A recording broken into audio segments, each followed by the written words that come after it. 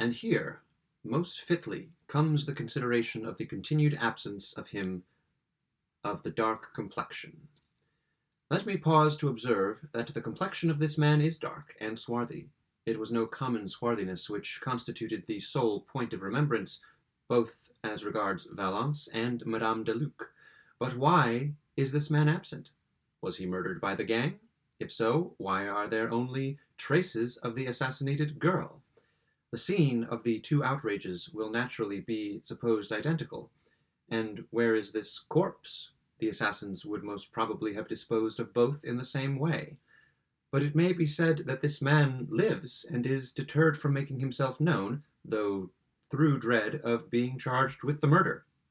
This consideration might be supposed to operate upon him now, at this late period, since it has been given in evidence that he was seen with Marie, but it would have had no force at the period of the deed. The first impulse of an innocent man would have been to announce the outrage and to aid in identifying the ruffians. This policy would have suggested. He had been seen with the girl. He had crossed the river with her in an open ferry boat. The denouncing of the assassins would have appeared, even to an idiot, the surest and sole means of relieving himself from suspicion. We cannot suppose him, on the night of the fatal Sunday, both innocent himself and incognizant of an outrage committed, yet only under such circumstances is it possible to imagine that he would have failed, if alive, in the denouncement of the assassins. And what means are ours of attaining the truth? We shall find these means multiplying and gathering distinctness as we proceed. Let us sift to the bottom this affair of the first elopement. Let us know the full history of the officer with his present circumstances and his whereabouts at the precise period of the murder. Let us carefully compare with each other the various communications sent to the evening paper in which the object was to inculpate a gang. This done, let us compare these communications both as regards style and MS with those sent to the morning paper at a previous period and insisting so vehemently upon the guilt of Minet. And all this done, let us again compare these various communications with the known missives of the officer, MSS of the officer. Let us endeavor to ascertain by repeated questionings of Madame de Luc and her boys, as well as of the omnibus driver, Valence, something more of the personal appearance and bearing of the man of dark complexion. Queries skillfully directed will not fail to elicit from some of these parties information on this particular point, or upon others, information which the parties themselves may not even be aware of possessing. And let us now trace the boat picked up by the bargeman on the morning of Monday, the 23rd of June, and which was removed from the barge office without the cognizance of the officer in attendance and without the rudder, at some period prior to the discovery of the corpse. With a proper caution and perseverance, we shall infallibly trace this boat, for not only can the bargeman who picked it up identify it, but the rudder is at hand. The rudder of a sailboat would not have been abandoned, without inquiry, by one altogether at ease in heart. And here let me pause to insinuate a question. There was no advertisement of the picking up of this boat. It was silently taken to the barge office, and as silently removed. But its owner or employer, how happened he at so early a period as Tuesday morning to be informed without the agency of advertisement of the locality of the boat taken up on Monday, unless we imagine some connection with the Navy, some personal, permanent connection leading to cognizance of its minute interests, is petty local news. In speaking of the lonely assassin dragging his burden to the shore, I have already suggested the probability of his availing himself of a boat. Now we are to understand that Marie Roget was precipitated from a boat. This would naturally have been the case. The corpse could not have been trusted to the shallow waters of the shore. The peculiar marks on the back and shoulders of the victim tell of the bottom ribs of a boat.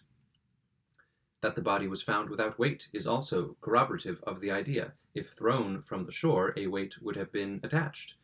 We can only account for its absence by supposing the murderer to have neglected the precaution of supplying himself with it before pushing off. In the act of consigning the corpse to the water, he would unquestionably have noticed this oversight, but then no remedy would have been at hand. Any risk would have been preferred to a return to that accursed shore. Having rid himself of his ghastly charge, the murderer would have hastened to the city. There, at some obscure wharf, he would have leapt on land, but the boat, would he have secured it? He would have been in too great haste for such things as securing a boat.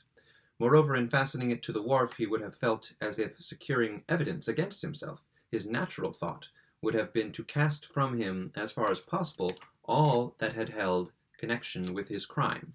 He would not only have fled from the wharf, but would not have permitted the boat to remain. Assuredly, he would have cast it adrift. Let us pursue our fancies. In the morning, the wretch is stricken with unutterable horror at finding that the boat has been picked up and detained at a locality which he is in the daily habit of frequenting, at a locality perhaps which his duty compels him to frequent. The next night, without daring to ask for the rudder, he removes it. Now, where is that rudderless boat? Let it be one of our first purposes to discover. With the first glimpse we obtain of it, the dawn of our success shall begin. This boat shall guide us, for a rapidity which will surprise even ourselves, to him who employed it in the midnight of the fatal Sabbath. Corroboration will rise upon corroboration, and the murderer will be traced. For reasons which we shall not specify, but which to many readers will appear obvious, we have taken the liberty of here omitting from the MSS placed in our hands such portion of as details the following up of the apparently slight clue obtained by Dupin. We feel it advisable only to state in brief that the result desired was brought to pass, and that the prefect fulfilled punctually, although with reluctance, the terms of his compact with the Chevalier. Mr. Poe's article concludes with the following words. Editors. It will be understood that I speak of coincidences and no more. What I have said above upon this topic must suffice. In my own heart there dwells no faith in preternature, that nature and its God are two, no man who thinks will deny.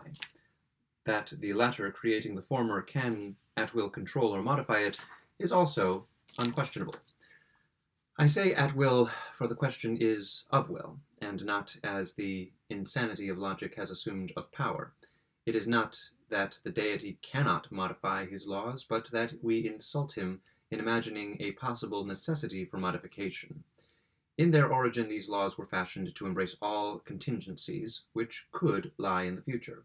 With God, all is now.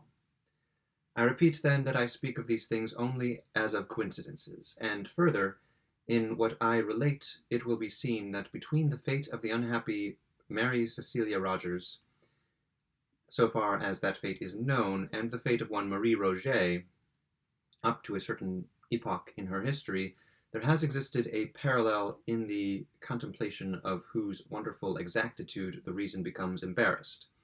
I say all this will be seen, but let it not for a moment be supposed that in proceeding with the sad narrative of Marie from the epoch just mentioned, and in tracing to its denouement the mystery which enshrouded her, it is my covert design to hint at an extension of the parallel, or even to suggest that the measures adopted in Paris for the discovery of the assassin of a grisette, or measures founded in any similar ratiocination,